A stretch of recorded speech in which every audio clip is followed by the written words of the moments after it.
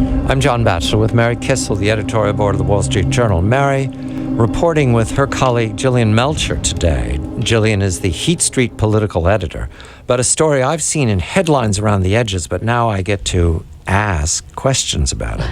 This has to do with campuses in America, campi, disinviting invited speakers. The one you focused on with Jillian was Jason Riley, who was at the Manhattan Institute, was at the Journal for many years. And he was turned away from Virginia Tech. Do I have that correctly? That's right. And then the University of Missouri, which has been upset for quite some time because of the protests last year and members of the faculty misbehaving. In any event, what I think is going on is that the phenomena, the wave, the heat, the disorder on campuses is turning into a negative for the administrations and for the alumni. Yeah, that's right, John. Jillian, who writes at heatstreet.com, it's Heat, S-T, if you want to find it on the web.com. Which is part of the News Corp. Part of the News Corporation, that's right. She's a colleague of mine. She is investigating the backlash from these disinvitations and, as you say, the disorder on campus. And what she's finding is that donors are enraged, some of whom have retracted pledged donations. At the University of Missouri, they've seen enrollment drop steeply, which of course affects the finances of the university. And she's getting all of these interesting memos that have gone back and forth between the administrators and professors. How does she get them? Well, she's just a great reporter. I think some of it, if it's publicly available, she'll file a Freedom of Information Act. But she also has sources. I'll just give you one example here. She says, public opinion weighed heavily on officials at Virginia Tech after the university struggled to react to the disinvitation of Jason Riley. The head of the finance department wrote, "While we can respond to the people who write us, we cannot dispel the negative impression created by the media against the president of the university, the dean, the college, and the department." End quote. So this fellow is blaming the media instead of for reporting the disinvitation instead of grappling with what happened.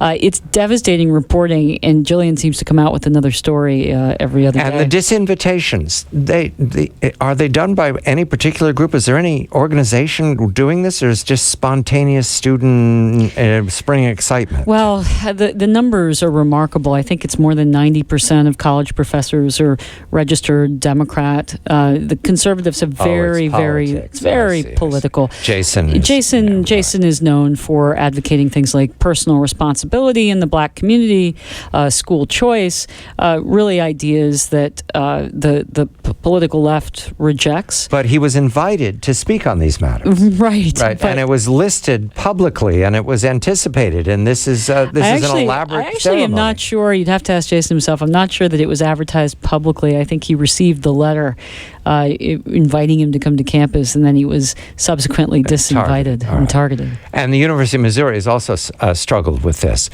Mary, because I'm new to this, is this new that it's happening, or has this been going on for several years and I wasn't paying attention? Well, I think conservative voices have never been adequately represented on college campuses. I think what's different is that this push for liberalism and progressivism that was supposed to encourage free speech and liberation in the 60s has now been turned on its head. And you see outright censorship on these campuses in the name of the same things, in the name of liberalism, in the name of progressivism. There simply are some views that won't be tolerated, and they're the views that are, shall we say, disliked by the Ivory Tower. And it's costing money. All right, now another issue that I got lost in. Somehow the Department of Labor has decided that it's going to administer, supervise, judge how private individuals invest in the stock market. Yeah, it's a little bit of a complicated story. I'll see if I can distill it. But it has distill it Perez at down the here. center of it. I know That's that right. since Perez emerged 2 years back, you've been following his story. Well, yeah. Tom Perez. Tom Perez manipulated the Supreme Court docket when he was at the Justice Department. Held back documents. Yeah, not once, but twice. He actually did a quid pro quo with a city in the Midwest to get their case pulled from the Supreme Court docket because he was convinced that he was going to lose and that the government was going to lose. So this is a man who operates in very gray areas, and for manipulating the Supreme Court docket, he was kicked upstairs to run the Labor Department, which is quite stunning. But in any event, you're asking me about what's called the fiduciary rule. Somehow he's wandered into IRAs. He's wandered into IRAs. So the Labor Department has oversight over some retirement accounts, private savings accounts. Right. And they've decided to interpret this power to mean that they can require brokers to have a higher standard for their advice. In other words, they have to meet certain legal obligations, give you they would act as what's called a fiduciary. You look confused. Well, effectively, what this means is it would raise the cost of advice for these brokers. this regulation is going to cost more money It'll for cost everybody. more money for everybody.